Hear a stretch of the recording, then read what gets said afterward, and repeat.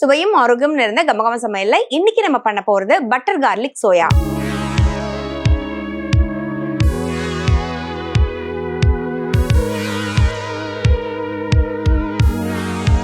இந்த ரெசிபியை பண்றதுக்கு தேவையான பொருட்கள் என்னென்னு பார்க்கலாம்.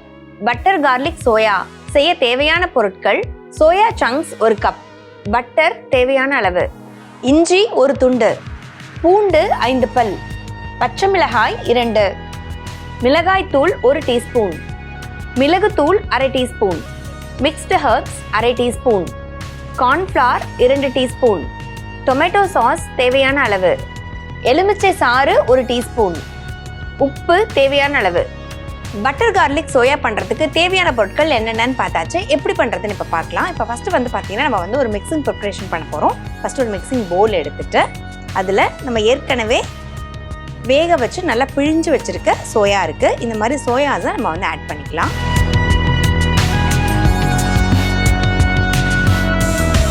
இப்போ நம்ம சோயா சங்க்ஸ் போட்டாச்சு. அடுத்ததாக இதில் மசாலாஸ் எல்லாமே ஆட் பண்ண போகிறோம். காரத்துக்கு மிளகாய் தூள் ஒரு 1 டீஸ்பூன் அளவுக்கு ஆட் பண்ணிக்கலாம். ஃப்ளேவருக்கு கொஞ்சம் மிக்ஸ்டு ஹெர்ப்ஸ் ஆட் பண்ணுறோம். கூடவே கொஞ்சம் பெப்பரும் ஆட் பண்ணிக்கலாம். தேவையான அளவுக்கு உப்பு, ஒரு 1/2 டீஸ்பூன் அளவுக்கு இதில் கார்ன்ஃப்ளவர் ஆட் பண்ணுறோம். இப்போ இது எல்லாத்தையும் சேர்த்து மிக்ஸ் பண்ணி வச்சிடலாம்.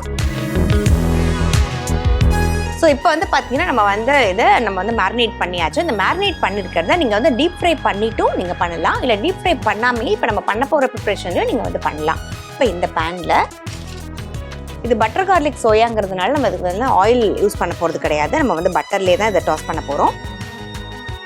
1 டேபிள் ஸ்பூன் அளவுக்கு பட்டர் ஆட் பண்ணியாச்சு. இது பார்த்தீங்கன்னா நம்ம இன்னைக்கு பண்ணிட்டு இருக்கிறது ஒரு ஸ்டார்டர். இது ஒரு குயிக் அண்ட் ஹெல்தி ஸ்டார்டர். இது சோயா அப்படின்னாலே உங்களுக்கே தெரியும், நல்ல ஒரு ப்ரோட்டீன் ரிச்சான ஒரு இன்க்ரீடியன்ட் தான்.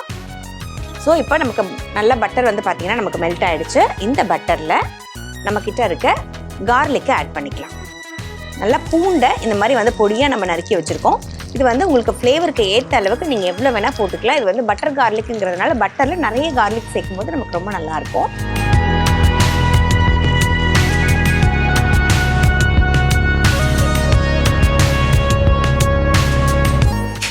இதில் கொஞ்சமாக இஞ்சி, இதில் பாதி அளவுக்கு இஞ்சி இருந்தால் போதும். இதில் ஃப்ளேவர் பார்த்தீங்கன்னா நமக்கு பூண்டோடைய ஃப்ளேவர் தான் நமக்கு ஜாஸ்தி இருக்கணும். இது கூடவே பச்சை மிளகாய்,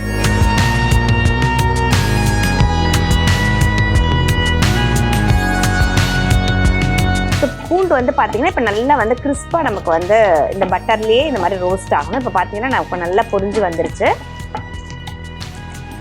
அடுத்ததாக இதில் இப்போ நம்ம வச்சிருக்க சோயாவை இதில் ஆட் பண்ணிக்கலாம். மேரினேட் பண்ணி வச்சிருக்க சோயாவை இங்கே நம்ம ஆட் பண்ணுறோம்.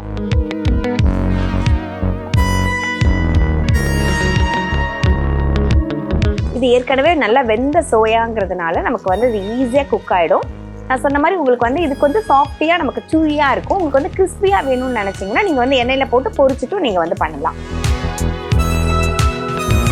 இப்போ இது கூட பார்த்தீங்கன்னா நீங்கள் ஃப்ளேவருக்கு உங்ககிட்ட தாய் பேசில்னு நமக்கு விற்கும். இலை வாங்கி நீங்கள் கட் பண்ணி இந்த இடத்துல சேர்க்கலாம். அப்படி இல்லை அப்படின்னா உங்கள் வீட்டில் துளசி இருந்துச்சு அப்படின்னா நீங்கள் அதை கூட நல்லா பொடியாக நறுக்கி நீங்கள் இப்போ நம்ம தாளிப்பு சேர்த்தோம் இல்லைங்களா, அந்த இடத்துலையே பூண்டு கூடவே நீங்கள் போடும் போது ரொம்ப நமக்கு ஒரு டிஃப்ரெண்ட்டான ஒரு ஃப்ளேவரில் இருக்கும்.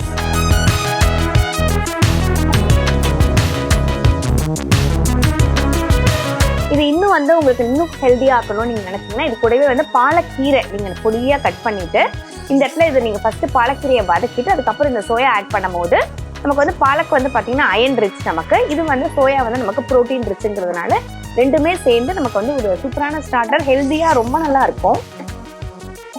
கலருமே பார்த்தீங்கன்னா இது ரெண்டும் நமக்கு சேரும் போது ரொம்ப அழகாக தெரியும் உங்களுக்கு. ஸோ அடுத்ததாக இதில் மிக்ஸ்டு ஹெர்ப்ஸ் மட்டும் ஆட் பண்ணிக்கலாம் ஃப்ளேவருக்கு. இப்போ ஆல்மோஸ்ட் முடிஞ்சிருச்சு. இதை நம்ம ஆஃப் பண்ணுறதுக்கு முன்னாடி இதில் லெமன் ஜூஸ் மட்டும் ஆட் பண்ணிடலாம்.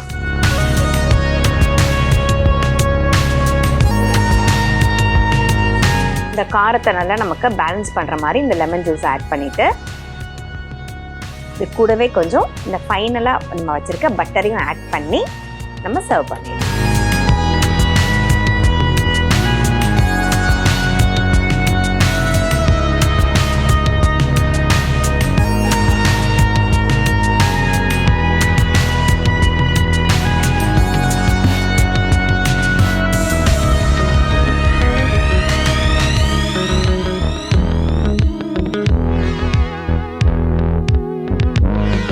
ஃபைனலாக நம்ம வந்து சர்வ் பண்ணுறதுக்கு முன்னாடி